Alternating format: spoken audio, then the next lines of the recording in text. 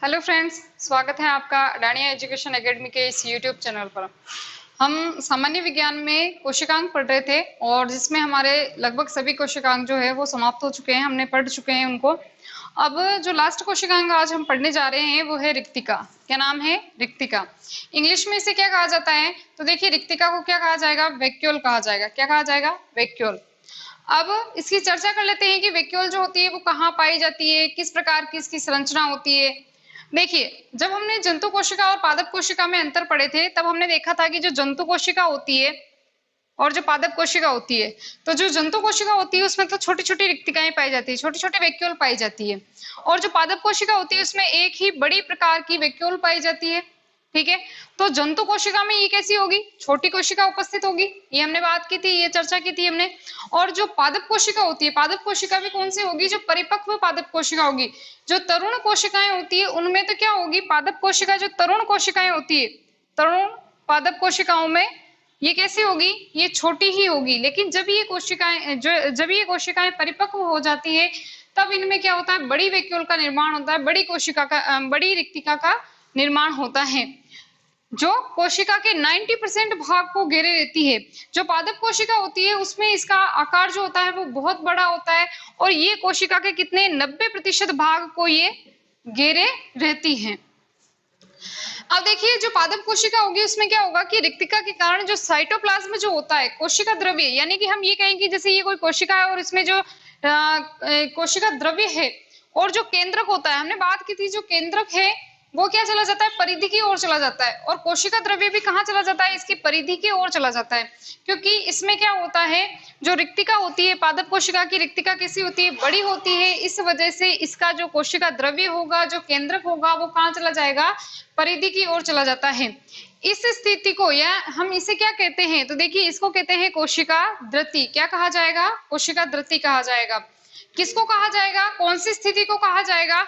जब साइटोप्लाज्म और केंद्रक कहाँ चले जाते हैं? परिधि की ओर। क्यों चले जाते हैं? क्योंकि इसका आकार बहुत बड़ा होता है, बीच में स्थित होती है, तो ये इसका आकार बहुत बड़ा होता है, जिसकी वजह से ये जो कोशिका द्रव्य होता है या केंद्रक होता है वो परिधि की ओर चला जाता है, जिसे क्या कहा जाता है? कोशिका द्रति कहा जाता है। नेक्स्ट हम बात करते हैं रिक्तिका की संरचना की, कि इसमें संरचना में क्या क्या उपस्थित होता है। तो देखिए, रिक्तिका के चारों ओर वर्णात्मक पारगम्य झिल्ली पाई जाती है। जैसे हमने कोशिका पढ़ी थी तब हमने देखा था कि कोशिका को एक के बाहर एक आवरण पाया जाता है, कोशिका झिल्ली जिसे कहते हैं। और कोशिका झिल्ली के बाहर भी जो पादप कोशिका होती है उनमें कोशिका भित्ति पाई जाती है।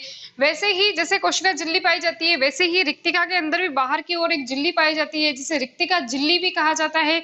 और क्या कहा जाता है? इसको टोनोप्लास्ट भी कहा जाता है। क्या कहा जाएगा? टोनोप्लास्ट या रिक्तिका झिल्ली कहा जाएगा।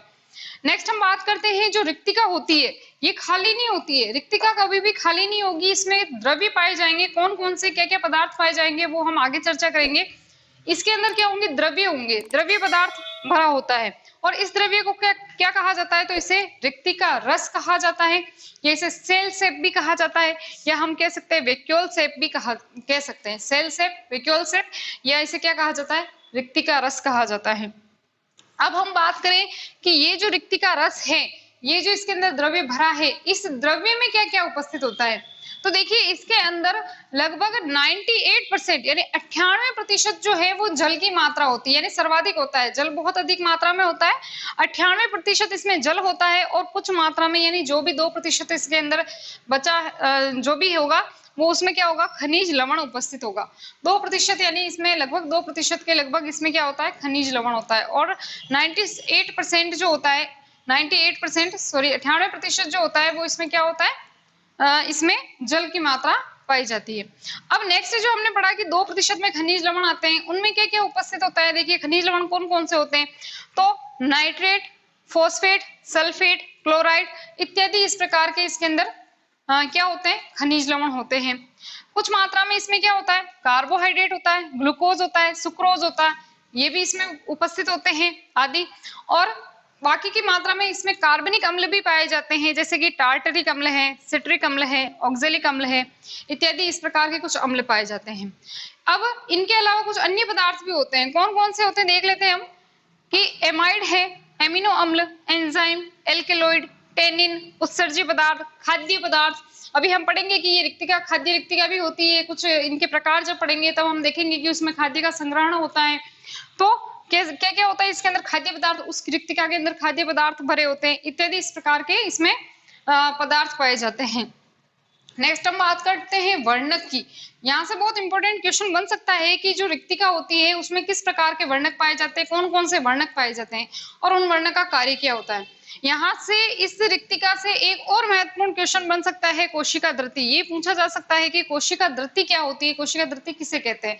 तो हम पढ़ चुके हैं कि कोशिका दृति क्या होगा, जो प्लांट सेल होगा उसके अंदर क्या होगी कि रिक्तिका जो है वो आकार में बड़ी होने के कारण जो कोशिका द्रव्य और केंद्रक क्या हो जाते हैं, परिधि की ओर चले जाते हैं। इसको क्या कहा जाता है, कोशिका दृति या कोशिका दृति कहा जाता है।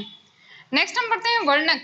देखिए इसमें दो मुख्यतः वर्णक पाए जाते हैं और ये वर्णक क्या कार्य करते हैं, ये फल और जो फूल होते हैं उनको क्या करते हैं, रंग प्रदान करने का कार्य करते हैं। सबसे पहला वर्णक पढ़ते हैं हम एंथोसाइनिन वर्णक। कौन सा, एंथोसाइनिन वर्णक। ये क्या करता है, जल में घुलनशील होता है। कैसा होगा ये, जल में घुलनशील होगा, जल में घुल सकता है ये। और पुष्प व फल के रंग का निर्धारण भी कौन करता है, एंथोसाइनिन वर्णक करता है। अब देखते हैं कि ये जो एंथोसाइनिन वर्णक होगा, देखिए अगर ये अम्लीय पीएच पर कार्य करेगा या अम्लीय पीएच जब होगी तब इसका रंग कैसा हो जाएगा, लाल रंग का हो जाएगा, यानी ये लाल रंग प्रदान करेगा। जब ये क्षारीय पीएच होती है, क्षारीय पीएच, तब ये नीला रंग देता है। और जब उदासीन पीएच होती है उसमें क्या करता है, बैंगनी रंग प्रदान करता है। नेक्स्ट होता है एक एंथोक्लोर वर्णक। क्या नाम है, एंथोक्लोर वर्णक। ये क्या करता है, ये वर्णक पीला वर्णक होता है, यानी ये पीला रंग देने का कार्य करता है। हम ये कह सकते हैं कि जो पुष्प होता है, जो फल होते हैं, उनके अंदर जो रंग का निर्धारण करते हैं वो कौन करते हैं, यही वर्णक, एंथोसाइनिन वर्णक, एंथोक्लोर वर्णक। ये वर्णक जो है उनके अंदर रंग का, ये रंग प्रदान करने का कार्य करते हैं।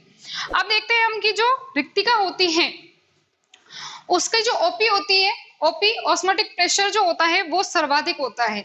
इस वजह से, क्योंकि इसकी ओपी अधिक है, इस वजह से क्या होगा कि ये जो है कोशिका की टर्जिडिटी बनाए रखती है या स्फीत बनाए रखती है, यानी इसको फुलाए रखती है कोशिका को। जब हम इसे कार्य पढ़ेंगे तब हम देखेंगे कि ये किस प्रकार से इसको फुलाए रखती है।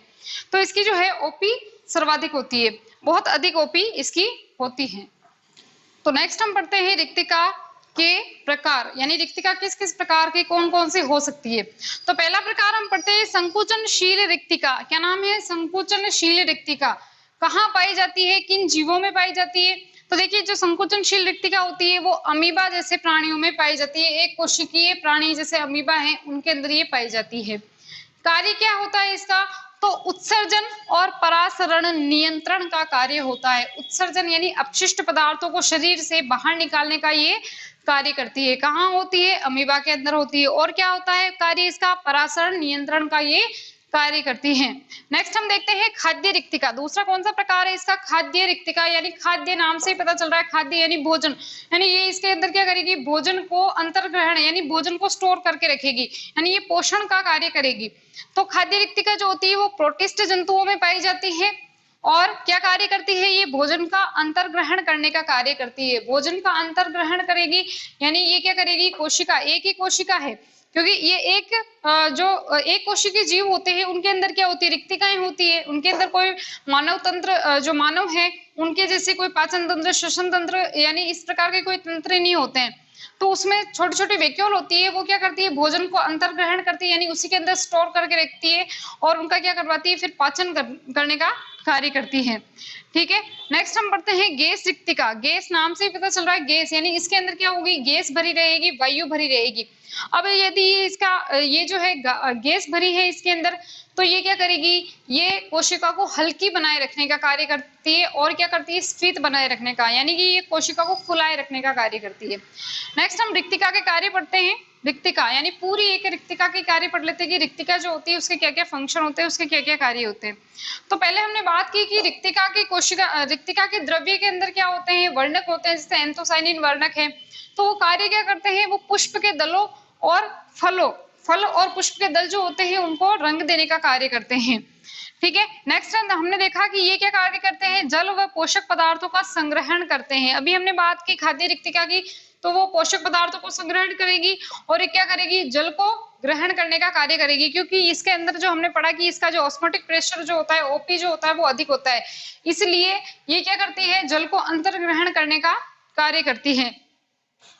कैसे करेगी, देखिए अगर मैं बात करूं कि कोई यदि कोई जल शुद्ध जल है, शुद्ध जल का पात्र है और उसके अंदर यदि इस रिक्तिका को रख दिया जाए, शुद्ध जल के पात्र में यदि रिक्तिका को क्या कर दिया जाए, रख दिया जाए, तो क्योंकि इसका ऑस्मोटिक प्रेशर क्या है, अधिक है, और शुद्ध जल का हम जानते हैं कि ऑस्मोटिक प्रेशर यानी ओपी जो होता है वो कैसा होता है, कम। और हम ये जानते हैं कि जो शुद्ध जल जो होता है उसका ऑस्मोटिक प्रेशर कम होता है, इस वजह से जो जल होता है वो क्या करता है, निम्न दाब से कम दाब उच्च दाब की ओर गति करता है।